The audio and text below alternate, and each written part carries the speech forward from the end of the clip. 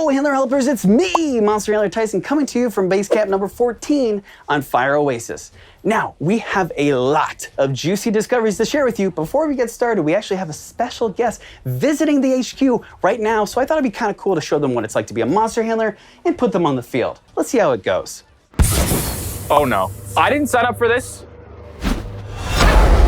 Is that a rare schlep? It looks like my grandmother. I don't know what that is. Well, it seems that Matt Shea's having the best first time in the monster world, so while he basks in the beauty of rare schlep, why don't I tell you a little bit more about it? Thanks to the Fire Oasis mythical Cherubble for practicing some new lucid dreaming techniques, it was able to morph its original perception of schlep into a much more graceful rare schlep. Some may say that much more graceful might be a bit too generous, but I think with its curlers, bows, makeup, and mouth-watering bonbons, rare schlep might very well be one of the most beautiful monsters found in the monster world. Don't at me. Now I know a lot of the Handler Helper community are going to ask if the bonbons seen in rare schlep's transparent abdomen are edible. The answer, and look at me when I say this, is no. You see, rare schlep is a dream mythical created from the subconscious of Cherubble, a monster who occasionally swims deep in the living ocean. Now, I'm very certain that Cherubble has never seen nor tasted real bonbons before, so I hypothesize that what we are actually seeing are some colorful and distinct ocean rocks that Cherubble remembers fondly due to their uniqueness. So if you try to eat one, I think all you're going to be getting is a bunch of broken teeth. A different kind of mouthwatering, if you will. Speaking of uniqueness and Cherubble, did you know that Ultimate creator Eric based his design of Epic Cherubble on a scaly foot gastropod, a real creature found in the human world?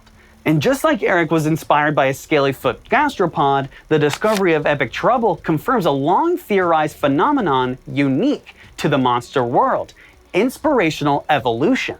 In Eric's own words, instead of any sort of natural biological evolution, Willoughby and Pechidna are inspirational evolutions of the concept of Cherubble.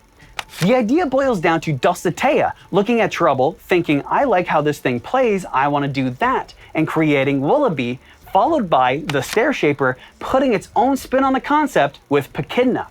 The monster world never ceases to amaze me. Now let's move on to rare Capricorn. Oh, wait, let's not forget about Matt Shea. I don't like this. Brains, why are there brains everywhere? All right, let's let Matt soak in the sights for a little bit while I tell you about rare Capricorn. Rather than its common counterpart, rare Capricorn grows 3 horns instead of 1. Once a rare Capricorn is mature enough, the 2 most outer and longer horns naturally shed off, and the rare uses them to make its signature Morse-like music. By using its own horns as instrumental tools, more magical abilities for this magical monster are applied, like having the power to remove impurities from water and cure headaches. Whew, I wish it was only that easy in the human world.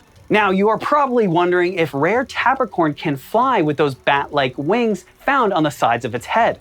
Unfortunately, rare Capricorn itself is too heavy for it to pick itself off the ground. However, we have observed that the rare uses these wings to glide short distances when perched in the many trees in the woodland realm, its preferred habitat on Psychic Island. Now, before we talk about the titanic elephant in the room, why don't I bring Matt Shea here to Fire Oasis to observe one more discovery? And between you and me, I don't think Matt's brain could handle the presence of the Krovlaftian crocus. Okay, you ready, Matt? I'm sure he'll be fine. Let's talk about rare mimic. Now, the time span in which the rare mimic has been around is widely debated within the monster handler circle. Some previously believed that it had gone extinct and has somehow returned. Some think that it's been disguised this whole time, and others believe that some common mimics decided to settle into a new form and class. It's hard to say which theory is true, even on the molecular level, since mimic DNA is constantly shifting. However, we have stumbled upon a new discovery based on mimic DNA. We were comparing mimic DNA with other avian-like monsters in the monster world, and we discovered that gobblygords are somehow a 100% match. A working theory is that some ancient mimics decided they were tired of the constant shifting in their life and wanted stability. So it focused all its energy and came up with a whole new form and monster we all know today as gobblygord. This transformation is a one-way street, locking away their shifting ability, but it does give the ability of invincibility, explaining why gobblygords can fall from great heights and re-enter the monster world atmosphere without a scratch. Although there are still some striking similarities, especially when it comes to echoing other monsters.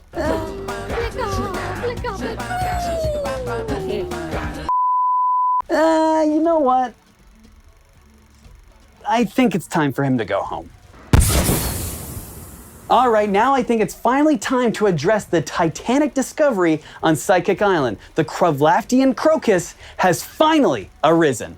You'll notice that the Psychic Titan soul is rooted in the ground of Psychic Island differently from its Light Island Phlox counterpart. This more attuned and deep-rooted connection is needed since Psychic Island requires more brain power to operate.